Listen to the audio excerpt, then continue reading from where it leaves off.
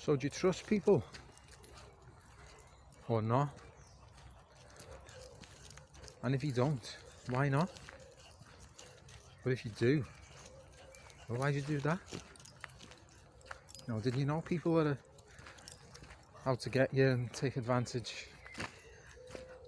Okay, so it's a big question and I'll get into it shortly. But for now, yeah, I'm David from the Mind Over Matter channel, Facebook page of the same name. So I like to provoke, ask questions about the human experience, the spiritual experience. I like to philosophize, if you like, maybe in a mystic sense, and just encourage some maybe different perspectives on things. Not give any answers, but maybe just encourage some wider awareness, get our head above day-to-day issues, bigger issues and all of that stuff. So if you like this, please like the video and please subscribe to the channel. It really helps my channel. It really helps with what they call the YouTube algorithms, for the content to be seen, and for all of these videos that I've been doing for a long time now, yeah, just to get to their intended audience. So thanks for that. Okay, so trust. So it's quite possible, well, there's validity to all of the standpoints, I suppose, that people take with regards to trust, but I know a lot of people find it difficult, and there's one thing that happens especially, which is people either don't trust at all and really hold back with the trust for fear of being taken advantage of, or but then simultaneously, or at certain other points in their life, they'll unknowingly invest all of their trust in something or someone, only to be let down or hurt in some way, and then people or that situation gets villainized, and then we come back to, well, no, I'm not trusting anyone again. No, I'm not opening myself up to people again. So it can seem to be like this violent swing backwards and forwards, and with that a lot of upset, judgment of others, criticism of others, and it's not nice, and a lot of confusion that comes with that. So first off, what we've got to say is that people, we can't trust people just flatly like that. We just can't do it, because let's have an understanding. Let's take the judgment, the criticism and the moralising out of it, and just assess the landscape that we're in. So every human has needs, preferences, ways they want to live their life, things that they need in life to either not just survive but progress, have a better time of things, and have their preferences implemented. So everyone's doing that to some degree in all different ways, and everybody is acting in ways to keep those preferences met, those needs met. Some people are doing it in a lot more boisterous, uncaring ways, manipulative and whatever. Some of them are going about it in less dangerous or harmful ways, but still going about it. Even nice behaviour to a degree can be seen through a cynical light as manipulation to get the outcomes that you want. And again, this all comes into how humans generally are codependent.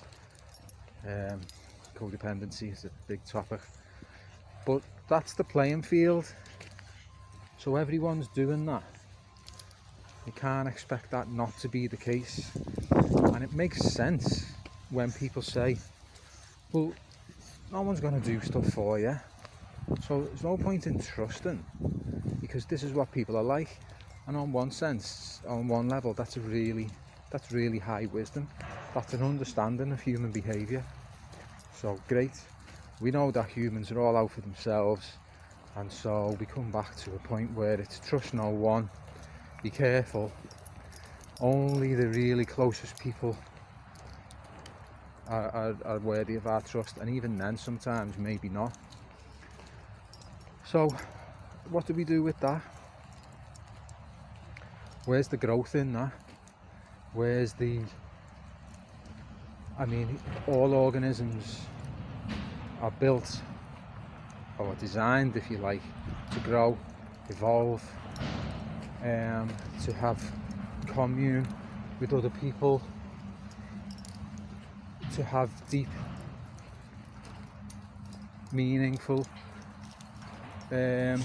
relations. Well, that's the human side of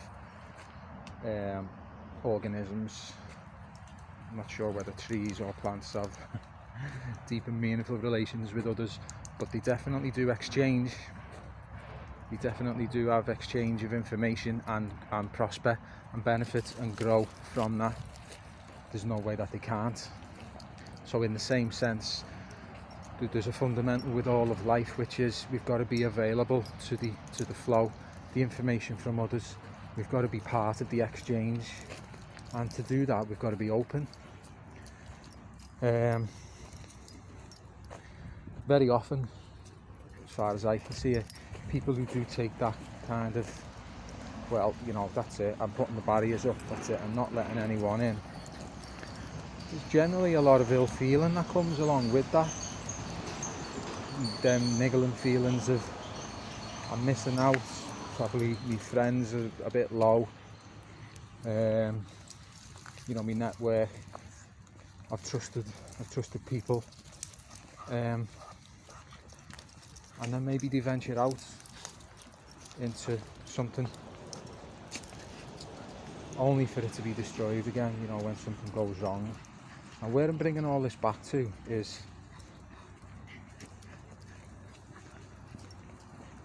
okay, let's assume what I've said about there's an element of, can we possibly extend the boundaries a bit in order to grow, develop and have relations? Let's play with that. So if we think that there's some value in that, how do we do it if the world is the way it is and if the people are the way it is? Okay, so straight to the point, the responsibility is ours to know what our boundaries are, and this is a constant, something that we constantly need to address in order for it to work. When we villainise because they broke our trust, it's really missing the point. We have passed up on the opportunity, not through any fault of our own or we're doing anything wrong. It's just an unawareness of what we have available at our disposal, which is the power to implement what we see as right and fitting in our lives, what we are prepared to accept or not accept from other people. So the responsibility, when put on our shoulders, when put in our hands, to implement our own boundaries, actually gives us tremendous power. It gives us the power to create the kind of world that we're comfortable with at any one stage. And there's no fixed definites at any one stage. It grows, relations with others develop, trust develops, depending on the situation and the person. And it's like a constant putting something out there, putting the tentacles out there. What's the information? What's the landscape? What's this person about? Is it safe to give enough of myself in this situation? Is it safe to extend? And there's no set of rules to compare that to and come back to, which is the same for everyone. It's a completely unique and individual story for you at all times, based on where you are. But we have got the power to implement those boundaries. If we take the easy, like practical way out, which is no, that's it, the drawbridge is up, end of story. I've got a little circle of trust for the people that I want, and that's it. Okay, that might work for some people, but for lots of people are missing out. Lots of people are separating from reality. The reality is we are connected to everything. We are available to all of life's fluctuations. We do have the ability, the propensity for tremendous growth through relating to others, relating to the world around us, and we're basically shutting ourselves off from that with a valid reason, yeah, of course, but it plays into this whole dynamic, a greater dynamic, which maybe we want to try and get away from, which is we need to isolate.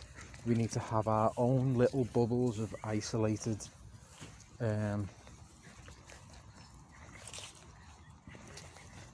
our bubbles of isolation with our own thing going on. No one's allowed in, and that's it.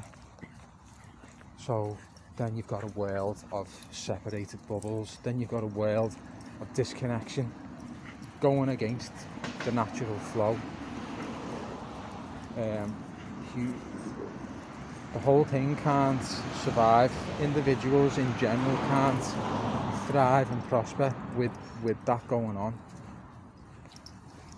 You can get by, but it feeds into a bigger story, which is we become disconnected, or we sever the connection between us and what is actually out there, what we're actually part of. And we miss out on a lot.